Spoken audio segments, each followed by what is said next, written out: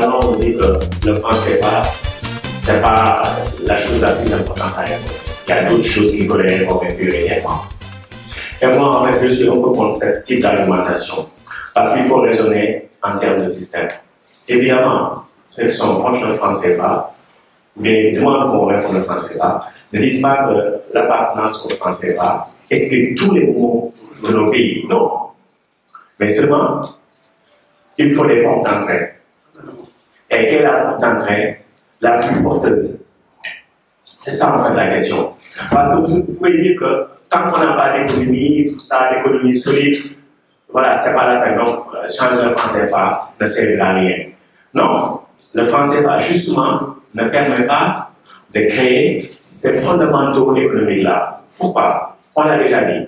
Vous allez en Afrique centrale, les ratios crédit sur PIB, c'est 13%. Ça veut dire que vous êtes porteur de projet économique, vous êtes entrepreneur, vous ne vous ferez jamais financer. Si vous n'avez pas de financement, comment voulez-vous avoir une économie? Ce n'est pas possible. Tôt ou tard, il faudra lever cette contrainte de financement-là. Et tôt ou tard, il faudra s'attaquer au franc CFA. Donc le franc CFA est une question nodale. D'autant plus que c'est l'un des aspects qui n'a pas encore été décolonisé. Il faut le dire. Il faut le dire. Et généralement, ceux qui disent qu'il y a des préalables en termes d'état de droit, de gouvernance, mais ceux-là, généralement, ils n'ont pas étudié l'histoire du développement économique. Taïwan a été sous loi martiale pendant plus de 30 ans. La Corée du Sud s'est développée sous une dictature terrible. Le Rwanda aussi n'est pas un modèle de démocratie. Le Botswana aussi, c'est le même parti qui est là depuis les indépendances. Donc, ce n'est pas le préalable. Donc, lorsque vous êtes un pays pauvre, vous avez tous les cas du monde, vous avez tous les problèmes du monde. Mais l'économiste, ou en tout cas le politique, qui a un tant soit peu de vision, c'est celui qui parvient à détecter les problèmes centraux et partir de là. Et les problèmes centraux, c'est quoi? À mon avis, c'est deux choses. Le crédit, le financement des économies et les marchés. Et si on regarde bien, il y a une enquête récente qui a été faite au Sénégal. Qu'est-ce qu'on dit les entrepreneurs? Les histoires de doing business, ça ne nous intéresse pas. Barrières réglementaires, tout ça. Le premier problème, pour plus de 60% des entrepreneurs, c'est l'accès au crédit. Un crédit abordable. On est dans des pays où la majorité travaille dans le secteur agricole. Or, dans le système dans lequel nous sommes, seuls 5% des crédits bancaires sont alloués à l'agriculture. Et ce ne sont même pas des crédits à long terme.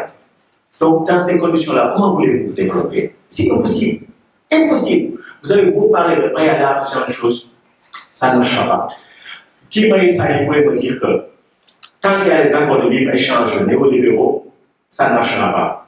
Un autre peut me dire tant qu'on ne respecte pas les droits de l'homme, ça ne marchera pas. Donc, chacun peut venir avec ses préalables. Mais ça, c'est pas il faut voir en termes de système. Et il y a des analyses qui ont été faites depuis les années 60 en partant comme Harry Madoff qui parle d'impérialisme sans colonie. Et que Samuel Hamid a bien analysé lorsqu'il parle des 5 monopoles. Donc, ces 5 monopoles, il faut les attaquer point par point. Si vous perdez sur un seul aspect du combat, vous perdez sur tous les autres. Donc, on est conscient que ce n'est pas seulement la monnaie qui compte. Et par ailleurs, c'est erreur de dire que la monnaie est un voile. Ça, c'est une thèse qui a été avancée par les libéraux et qui a été discréditée par la science économique. Et là, je prendrai comme exemple, parce que la monnaie est un instrument puissant de transformation.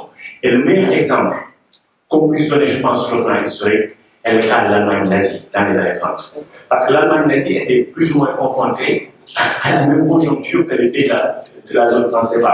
Il y a des sanctions économiques, on leur dit vous ne pouvez pas emprunter auprès de la Banque centrale, le montant que vous pouvez emprunter, le gouvernement peut emprunter est limité, et vous devez voilà, faire face aux sanctions et rembourser tout ça, les réparations. Mais il y a un économiste, un banquier central, que Hitler a convoqué, qui s'appelle German Schlatt, mais un gars très brillant, et qui en 10 ans a permis, dans les années 30, alors que tout le reste de l'Europe occidentale, et aussi les États-Unis, étaient en récession et au chômage, en 10 ans, grâce au pouvoir de la monnaie, il a créé le plein emploi. Il a permis à l'Allemagne nazie de se régaler. Et tout ça à travers la monnaie. Il y a un livre qui s'appelle The Magic of Money. Il faut le lire. La monnaie n'est pas en parle. Et cette histoire de préalable-là, elle n'est pas convaincante. Il faut regarder les choses de manière systémique.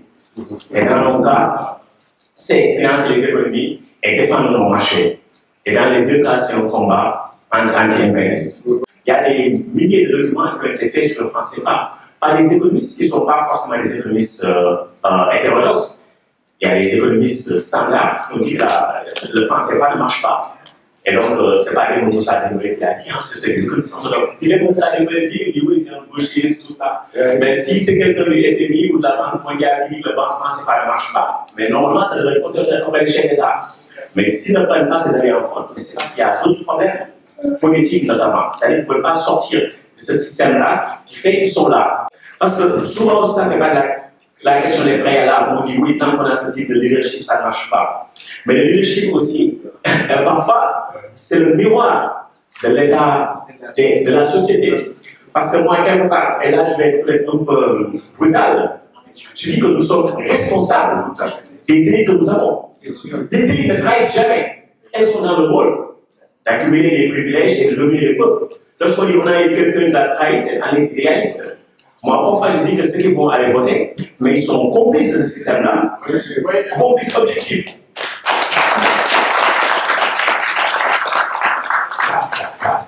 Ça va paraître brutal, mais c'est la vérité. Pourquoi? Vous allez voter. Vous savez que les candidats qui sont honnêtes, qui ont des programmes, n'ont aucune chance dans ce système-là, parce que c'est l'argent qui compte. Les gens qui sont au pouvoir, lorsqu'ils veulent se faire élire, ils ne rendent aucun compte et on leur permet de se représenter.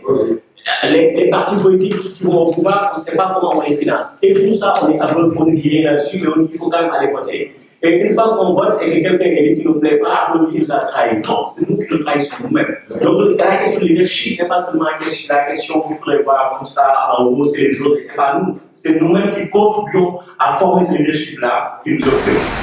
Pour terminer, si Cheikh a parlé de document de Samirani, donc ça aussi, ça a été fait depuis les années 70. Et depuis lors, rien n'a été fait pour dire que les économistes ont proposé des choses. Et donc, moi, si je veux faire une recommandation concrète, c'est que chacun dans nos pays, on demande à nos chefs d'État de s'engager vers la monnaie éco et de donner une date, voilà, réaliste pour la grande vigueur de cette monnaie-là. Et dans ce cadre, que chaque année, on puisse avoir un rapport de suivi de l'évolution vers la monnaie éco et qu'il puisse y avoir un débat public. Parce que jusqu'à présent, autant on peut critiquer la France CFA, mais autant il faut reconnaître que c'est l'absence de transparence totale sur ce processus de monnaie libre-là. Merci beaucoup.